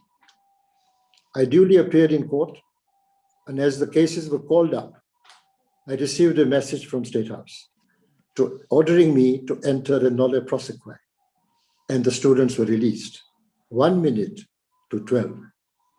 That day, after a long time, the president drove past the university students' quarters to celebrate with the students who had been released, the same students that he wanted jailed a few moments earlier. He was standing in his open Mercedes, flying the whisk, and the students were greeting him enthusiastically. And I thought to myself, I said, I should have been in that car or in the car behind him. Thank you. Thank you, Sharad. Thank you so much. As I listened to you, I wondered whether you are a historian, and I would suggest that since you are done with law, please become a historian, and I will be inviting you regularly to speak to our students, as long as you will do that as part of your philanthropy. And my Vice Chancellor is listening, and my Principal and Dean are here. Yeah, Thank you so much. I think he's very amused by that last incident. Yeah, thank you, sir. Thank you. Yeah, at this point, we want to do some discussions, and I want to invite Dr. George Gona from our Department of History and Archaeology. Dr. George Gona is a colleague, and he specializes in history of labor movements and autobiographies. I want to welcome him to take us through Q&A and some discussion. But before Dr. Gona takes it up, I want to quickly recognize Honorable Chaindra Malde, the member of County Assembly, High Reach and Parklands. Honorable Malde is a good friend and a neighbor here, and I felt obligated that I should acknowledge him, because he always invites me to functions that he organizes of a charity nature, and I always go. When I invited him, he wanted to say no, but I said, Honorable, you will have to come. thank you, Honorable Malde, for obeying a junior guy like me. Thank you very much. Also, I want to acknowledge my very good friends from the Indology Foundation. I saw Dr. Vaishali Javan from Delhi here. Welcome, and thank you so much. And I also welcome Professor Vinay from the University of Delhi, Department of History, and also Dr. Joy from my own alma mater, Jawaharlal Nehru University Center for Historical Studies, School of Social Sciences. Dr. Gona, please take it over. Thank you, Dr. Mbongi, the chairman of History and Archaeology. I have, first of all, I want to appreciate participants. I want to appreciate the keynote speaker and the other speakers. I won't just go straight to the Q&A. I just want to put 1 or 2 words with regard to the discussions that have been going on this afternoon. There are about 3 things that I would want to just point out. That philanthropy is quite a very noble engagement, and the Indian or Asian community has actually demonstrated in a big way, and we need to appreciate that. And secondly, that from TRM, Dr. Kantaria and Mr. Sharad Rao's presentations, I gather that, there should be values that philanthropists have. For you to do philanthropy, there are values that you hold dear, and you know, Kantaria explained the 2 fundamental values around which the Asian community are engaged in philanthropic work. Secondly, there's this idea that from this discussion or these discussions, this idea that there should be guided principles around which philanthropy is actually carried out. If you don't have those guiding principles, then there's no guiding, or there's no roadmap, you know, in terms of fulfilling philanthropic work. Finally, it's my thinking. It is very possible that philanthropists also can overrun the recipient, and I think none of the speakers addressed that issue. I'm coming from the academic angle, that those recipients should also have their own values. And to some extent, they should be questioning what philanthropists are out to do with them. And in that case, I'm thinking around the idea that philanthropists sometimes can put you in a corner and change your value because they want to see what they want to do with you succeed. So what I'm suggesting is that the way forward for philanthropy perhaps would be to think around accountability and responsibility on the part of philanthropists, and secondly, that there should be a kind of dialogue between recipients of philanthropic gestures or work and the philanthropist. If there's middle ground, because from the discussion that we've had, it looks like the Asian community doing very well, have done the best, perhaps from the side of the recipients of philanthropy. Of course, the Vice Chancellor has said we have received well, thank you. But there are many other spaces and other individuals and organizations that receive philanthropy may have questions with regard to and I think TRM raised this, and I like that, where you say, when you do philanthropy, as much as you have good, you aim to do well, but there could be some side of you that overruns the recipient, and you end up actually having them change their values. So I'm suggesting some kind of dialogue, conversation between the recipient and the philanthropist for purposes of progressing the agenda of philanthropy. I've not seen many questions. Maybe Dr. Mbongi you'll ask if there will be the participant will ask questions directly. But there's one question that Kefa Odemba asked, and I want just to read that one. He's asking what are the critical principles that is addressed to Kantari, right? What are the critical principles that underpin Asian, or if you like, Indian philanthropy? That is the only question that has been raised. Much of the discussion in the chat have been really wonderful discussions and praises. And I think that says a lot, that the Indian community is doing very well with regard to philanthropy. But over to you, Kantaria, you can begin with that, and then Dr. Mbongi, you can actually take questions as we go along with the discussion. Thank you. Whoops.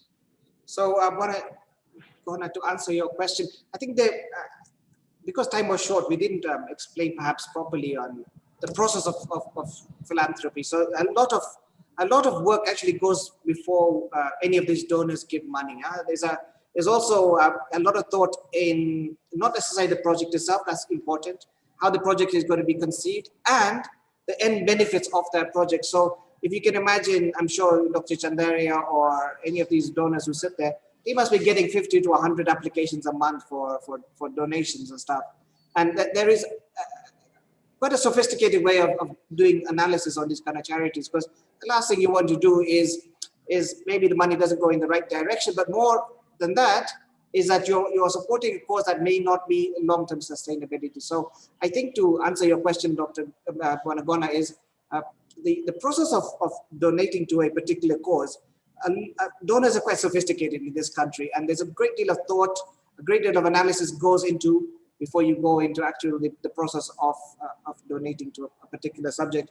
And it's always the big picture. I mean, whenever my family donates, we're always looking at the big picture. How many people are you going to benefit per shilling that you invest?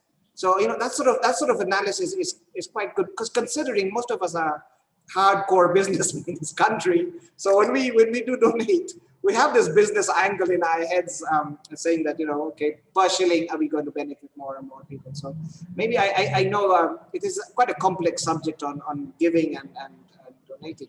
And someone like, I think Dr. Chandari can spend hours on this subject on why he donates to certain charities and some not. But it's an interesting point you raised, Wanagona. Thank you, Dr. Kantaria.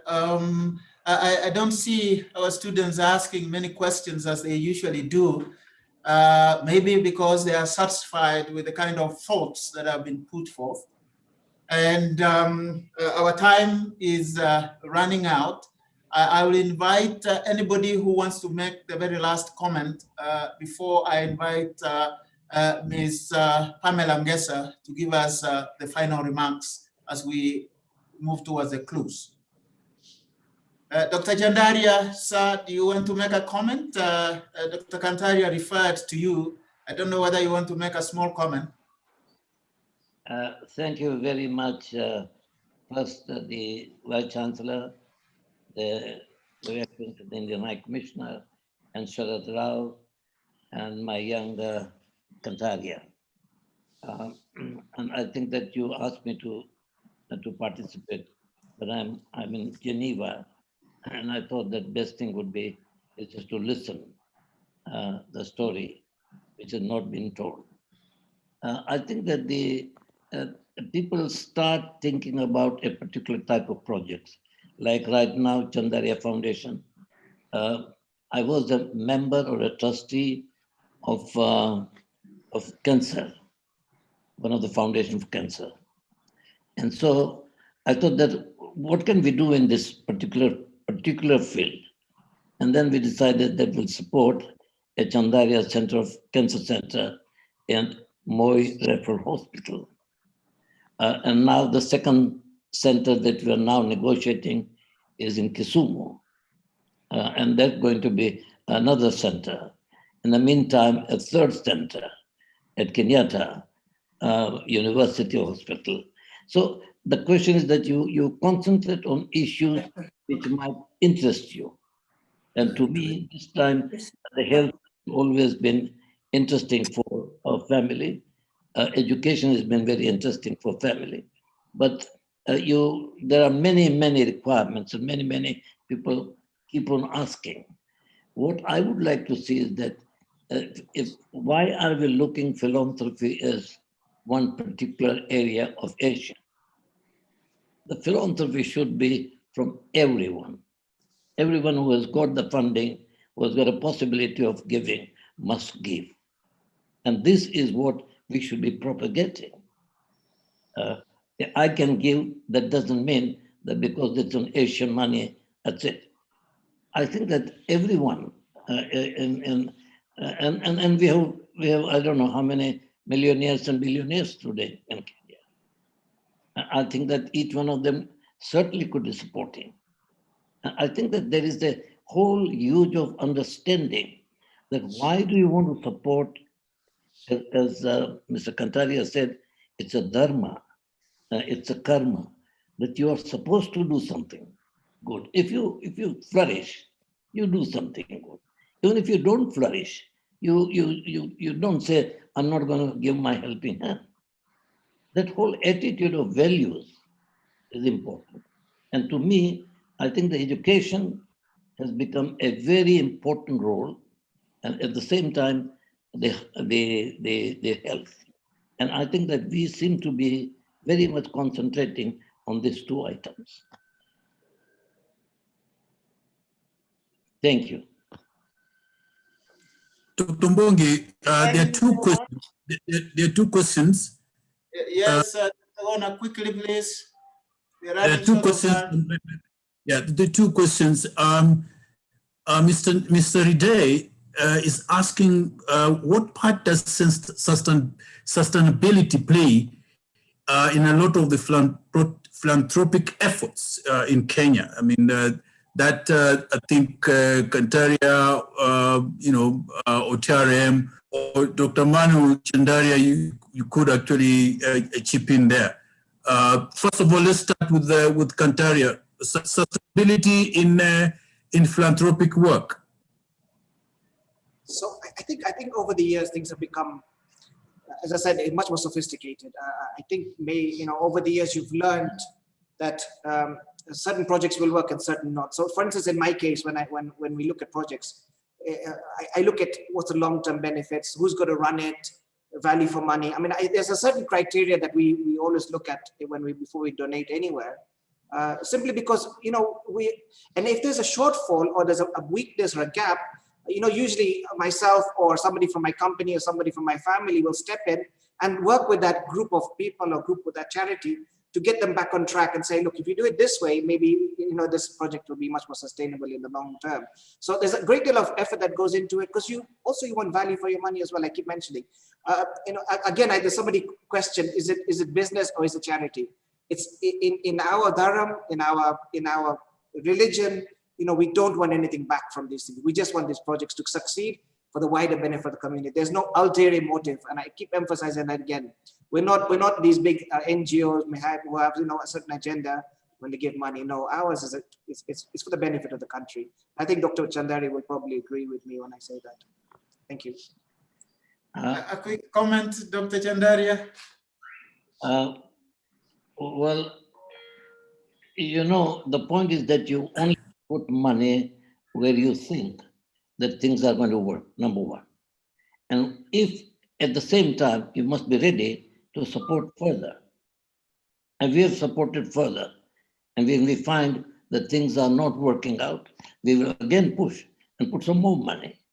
Because the question is that unless and until an idea which is good, if it's not supported all the way through until it becomes a possible and stand on its own feet, it's not working. So I think that for my way of looking is that there's always a room ultimately, but keeping an eye is always necessary. I like University of Nairobi, I don't sit on the council anymore, but I still overall see how things are. And if I find that things are not going right, I'll pick up the phone and call my vice chancellor and tell him that, look, I think. But these are the issues that we must remember, that philanthropy is not only money. Philanthropy is introducing yourself, giving your time, your understanding, and your capacity to help things doing. Because at the end of the day, we are helping an organization which helps others. It's not helping me. Thank you. Thank you very much. Last one, apologies, Miss Rada, I called you Mr., so apologies for that. Professor Jen Mutiga is asking, is there a structure or system of accounting or maintaining what is given? Maybe that would be our last question. Maybe, Dr. Gona, we will give a chance to Asif Karim. Maybe you may want to respond because he puts a lot of money in sports philanthropy. And the fact that we are a university and we have young people who do a lot of sports like he used to do when he was younger. And we are having our talent week coming on very soon. Mr. Asif Karim, are you still in? You can make a comment on that as we close, please. Comment. Yes, I think Dr. Manu Chandaria wants to say something. Dr. Chandaria is saying something. Yeah, I just wanted to make a comment. When we created and provided the money for Chandaria Center for Performing Arts, even people there don't say that. There's a center, it is hall, it is, the purpose was that many years back, I remember University of Nairobi used to produce shows. And the shows used to go to Mombasa, Nakuru, Kisumu, and give people a knowledge of what's happening. And it was just completely closed. So I thought that the best thing is to create a 500 sitting theater. But the theater doesn't have the lights. The theater doesn't have the curtain even. The purpose was to create a center for performing arts. Not only lectures could be there, meetings could be there, because you can use it for all 24 hours for it. But the question is it completed? No, it's not completed yet. We need to create a dramatic, we need to create shows where the people would see and understand what to do there. That's a good challenge, sir. Our University of Nairobi Traveling Theatre is up and running, and you will start seeing good things from there.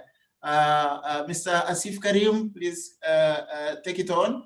And my VP is listening because you have the capacity to come in sports very heavily as you have done elsewhere. Thank you very much. First of all, I want to congratulate the organizers for what was very interesting to hear all the speakers and the contribution that has come through. Sports is something that I've and my family have believed that it's a very important tool to bring people together because that unifies people. And so our family has been in sports for almost 60, 70 years at international level, from my father to myself, and now my son plays. And so there was ways to give back to the society. And we have created a foundation called Safina's Foundation to give back to sports. And one of the areas we're doing for the last 20 years is publishing a sports magazine, which is now also online, to try and inculcate the heroes of our country, with the stories and to inspire our youngsters on where the history has come from, what are the current issues, and what are the issues that the administration need to look into improving. And of course, there's some international coverage. 3 years ago, where you were also involved initially, in the Kenya International Sports Film Festival, where we get sports movies from around the world. The last 3 years, we have averaged about 1,200 movies every year from over 100 countries. And the slogan of the Kenya International Sports Film Festival, which is done by the foundation, is that sports unifies people and sports movies and documentaries inspire a society. And so the target now is to look at how we can inspire our youths, first by looking at how we can get our sports heroes documentaries and movies to be done.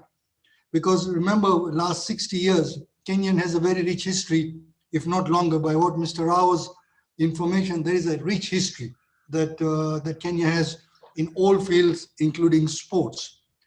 But if you look at our documentation, if you look at our record keeping, it's quite weak. So one of the purpose of this is now to start doing documentaries, feature movies, so that we leave something as a legacy for the future youngsters to see where we have come from. And I'm hoping that other philanthropists that are listening here, that we could work together and to see how we can develop an archiving system, because while we are here, we have the information. I mean, the information Dr. Manu Chandaria or Mr. Sharad Rao has, to me, it's, I mean, priceless. But we need to get that information documented in some form or the other, by a documentary, by books, so that we don't lose out very, very important history and mileage that the country has.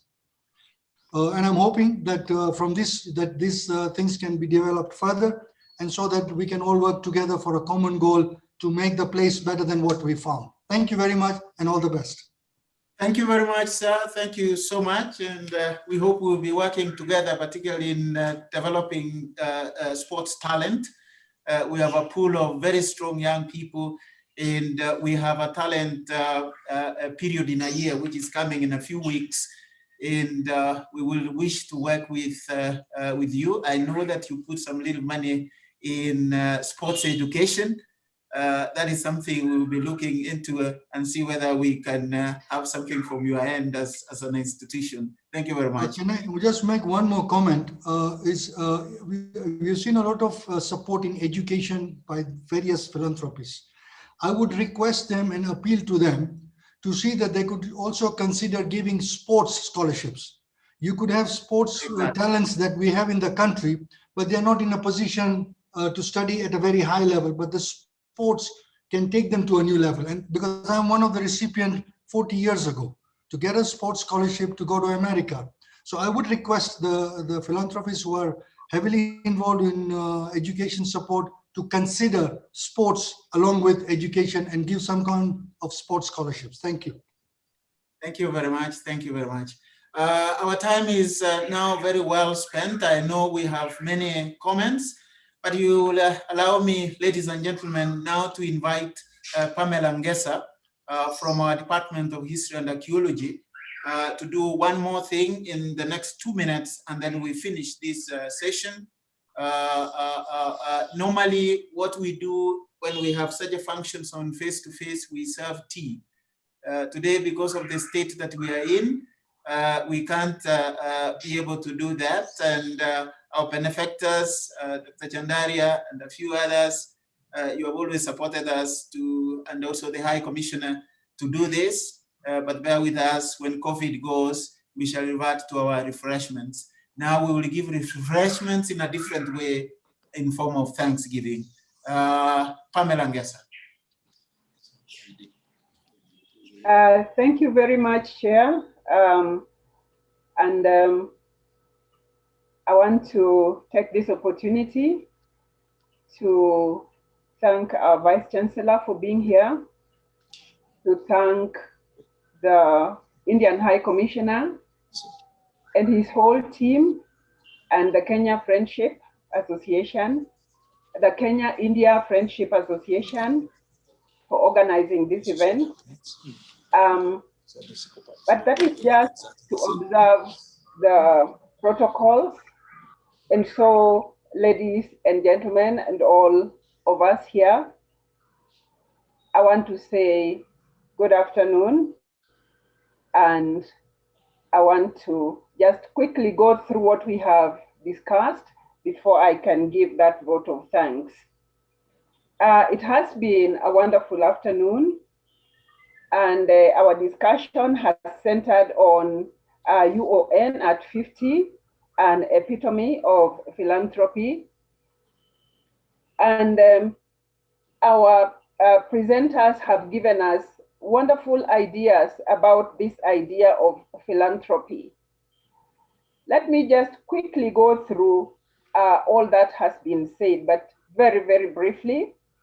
I start with Professor Jama, who gave us an introduction, our own principal in the College of, let me call it CHSS. Professor Jama told us that this is the widest, the largest college in the university, and is also the greatest beneficiary of this philanthropy that we have enjoyed over the years from the Asian community. And we have the Gandhi Wing, which is actually synonymous with CHSS, and this is one of the earliest contributions of the Indian community. Several departments of the Faculty of Arts are hosted within this building. And then we moved on to the Vice Chancellor, who in his opening speech enlightened us on a number of issues. He talked of historical reflections on the foundation and growth of the University of Nairobi, recognized the sweat of the Asian community in what was to become UoN in 1970, and he called it the Jewel and Pioneer University in Kenya, and what today we call a world-class university. He noted that without the help, without the contributions of the Asian community, this would not be what we call world-class as we do today.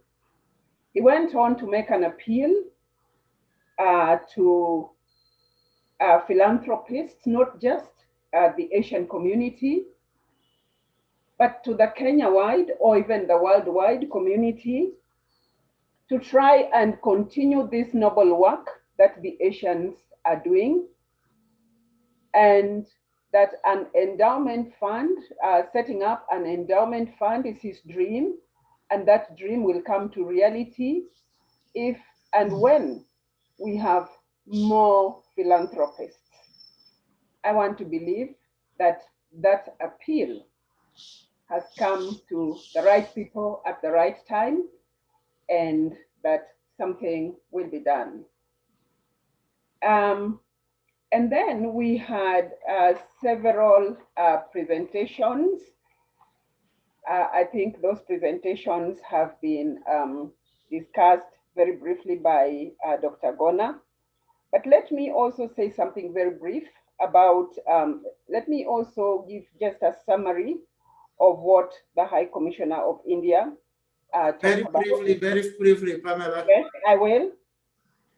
He just also summarized the relations between Kenya and India and how this has led to several contributions, some of them in health, some of them are bilateral in terms of trade, and so on. And then we moved to the many other discussions that we have already talked about and have even asked questions about. On that note, I just want to give a vote of thanks and to say that for sure the success of this function would not have been a reality without the roles played by each and every one of us. Again, I want to give special thanks to our Vice Chancellor. I want to give special thanks to the Indian High Commission and to FIFA for organizing the event. I want to give special thanks to the philanthropists who have over the years made University of Nairobi what it is, and not just University of Nairobi, because in one of the presentations we learned that even for Africans to get access to schools that were not missionary, the Indians played a big role, the Asians played a big role. And so we appreciate all the presenters who gave us that knowledge. Now I think we know better what the Asians have done. And I'm just asking myself, how come that these people live in our midst, these people have done these things right in our midst? There is always cultural exchange, cultural interchange. Not many of us have been influenced to do the same. I hope over time we are going to also do what they are doing. And I proceed also to thank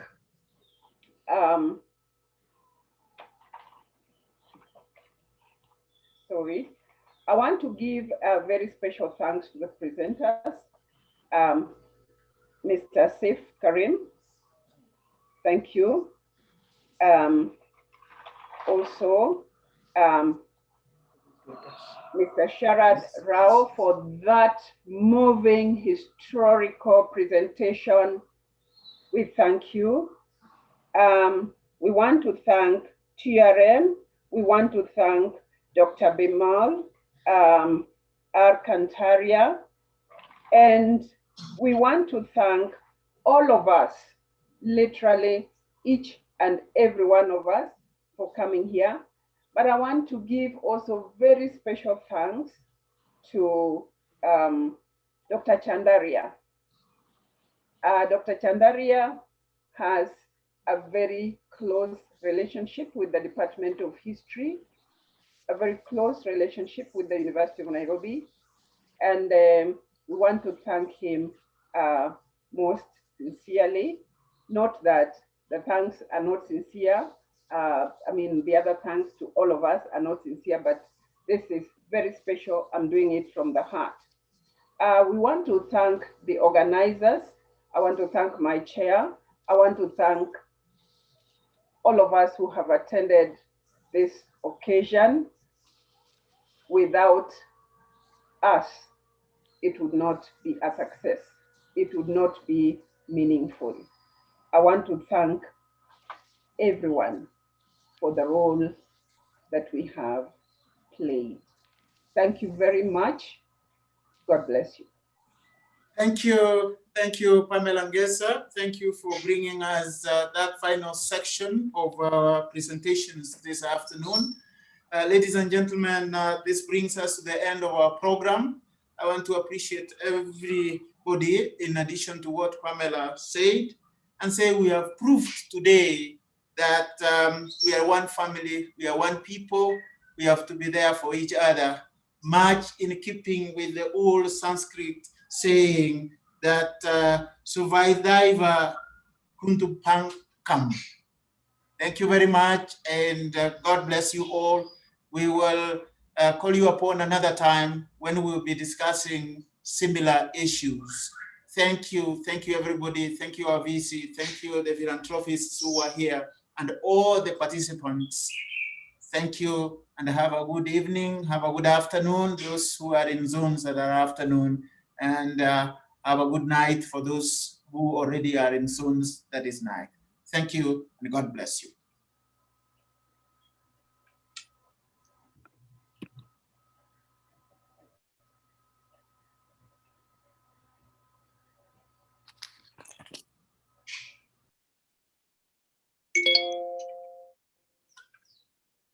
Thank you, our principal. Thank you so much, Professor Jama. Thank you.